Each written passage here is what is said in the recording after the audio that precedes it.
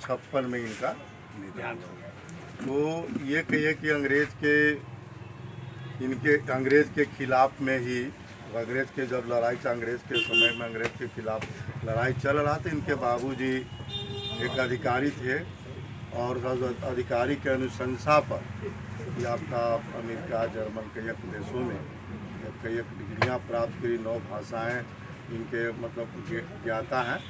और जब ये आज़ादी हुई 1947 में, तो संविधान को लिखने के लिए एक मेंबर के बतौर इनकी भी जवाबदेही दी गई। इन्होंने लिखा है और लिखते वक्त में बहुत कुछ है गरीबों दलितों का, लेकिन लिखते वक्त भी ये भी लिखा है कि मात्र लिख देने से काम नहीं चलेगा, इसके लिए आपको संघर्ष भी करना होगा। और कुल मिलाकर के एक चीज़, चूँकि संविधान में इन्होंने लिखा है, बाद अपने किताब में, संविधान की अपने किताब में इन्होंने लिखा है कि आपको गरीबों को, दलितों को, आपको आज़ादी के लिए राजनीतिक रूप से आज़ादी, सामाजिक रूप से बराबरी और आर्थिक रूप से ये तीनों रूपों से अगर होता है तब दलितों का आज़ादी, असली आज़ादी हो सकता है, मुक्ति मिल सकता है। एक आज़ादी तो जिन्होंने एक अपने संविधान के लिए अपने लिखते वक्त ही इन्होंने दिलवा दिया, लागू भी करवाया, वो ये कि वोट डालने का अधिकार। वोट डालने का अधिकार, चाहे वो गरीब हो, अमीर हो, चाहे वो राजा रंग के हो, चाहे वो किसी कौम का हो, सबको एक ही वोट डालने का अधिकार है। बल्कि इसके लिए गांधी जी इसमें विरोध भी कर रहे थे, जेल में अनशन वगैरह भी कर रहे थे, उसके बावजूद भी मिलने गए और फिर अंततः इनके बात को उनको मानना पड़ा और इसकी मंजूरी देना पड़ा। तो ये है इनका मतलब। और कहिए कि जिस समय पढ़ रहे थे तो इनको भी काफ़ी प्रताड़ना झेलना पड़ा है, अछूत समझा है। पानी भी मतलब नहीं अपने से कुआं पर पानी भरने देता था, दूसरा कोई ढाल करके स्कूल से लेकर हर जगह पिया करते थे ये। और इसीलिए कहिए कि एक मंत्री भी, कानून मंत्री भी बनाए गए, लेकिन कानून मंत्री से ही संतुष्ट भी नहीं हो पाए, क्योंकि कानून मंत्री तो बन गए, लेकिन उनको लगा कि इस व्यवस्था में हम जिनके लिए ये हम कर रहे हैं वो नहीं पूरा होगा। तब 2 लाख लोगों के साथ ये, जैसे कि नागपुर में बौद्ध धर्म का भी इन्होंने, हिंदू धर्म छोड़ करके बौद्ध धर्म भी अपनाया है। तो ये कहिए कि खास करके बाबा भीमराव अंबेडकर दलित गरीबों की एक कहिए कि महात्मा गांधी के बतौर, एक नायक के बतौर ही गरीबों को आवाज़ को के रूप में ये जाने जाते हैं।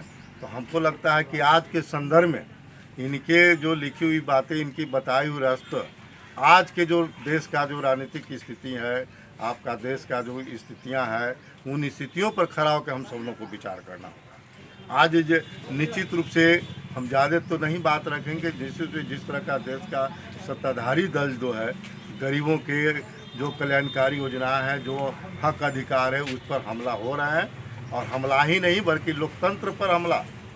अभी एक कह रहे थे कि कैसे लोकतंत्र हमला। एग्जाम्पल के बतौर, आप चंडीगढ़ में चुनाव हुआ, मेयर के चुनाव हुआ था, आप आदमी पार्टी का उम्मीदवार था और बीजेपी की भी उम्मीदवार था अनिल मसीह है, जबकि बीजेपी की कोई अल्पसंख्यक कोई प्रकोष्ठ के वो नेता था, लेकिन वो चुनाव अधिकारी की बन के गया। लेकिन वहाँ कहिए कि वहाँ अपने पार्टी के पक्ष में, अपने बीजेपी के पक्ष में वो 8 वोट को कैंसिल करके बीजेपी की जिताया। और इसके लिए हम आप सब लोग मोबाइल पर वीडियो वायरल हुआ, देख रहे होंगे, सुन रहे होंगे। और अंततः सुप्रीम कोर्ट का हस्तक्षेप करना पड़ा। इस बात से क्या लगा, इलेक्टोरल बॉन्ड को लेकर के देखिए, आपका सुप्रीम कोर्ट को, हर चीज़ को सुप्रीम कोर्ट के हस्तक्षेप करना पड़ा है। तो इससे आपका निश्चित रूप से है कि यहाँ संविधान खतरा में है, संविधान खत्म करने की बात हो रही है, लोकतंत्र खतरा में है। असल सचमुच में अगर हम लोग बाबा भीमराव अंबेडकर के अनुयायी हैं, उनके विचारों को मानने वाले हैं, जो तो संविधान के जो पक्ष में जो लड़ने वाली ताकत है, उसके पक्ष में हमको रहना होगा। और जो संविधान को बर्बाद करने वाला है, उसके खिलाफत करना होगा।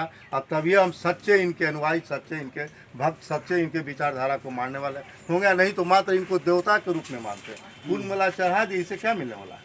असली इनके विचारों को मानना है, इनके रास्ता पर चल करके गरीबों के पक्ष में, जो गरीबों के पक्ष में इन्होंने सब कुछ, आरक्षण से लेकर सब कुछ इन्होंने थे, इनके बदौलत ही मिला। आज आरक्षण समाप्त हो जाएगा, शायद गरीब का, लेकिन जो भी कुछ पढ़ा लिखा है नहीं आगे बढ़ पाएगा। इसलिए आज के संदर्भ में आज ये काफ़ी इनकी प्रासंगिकता बढ़ गया।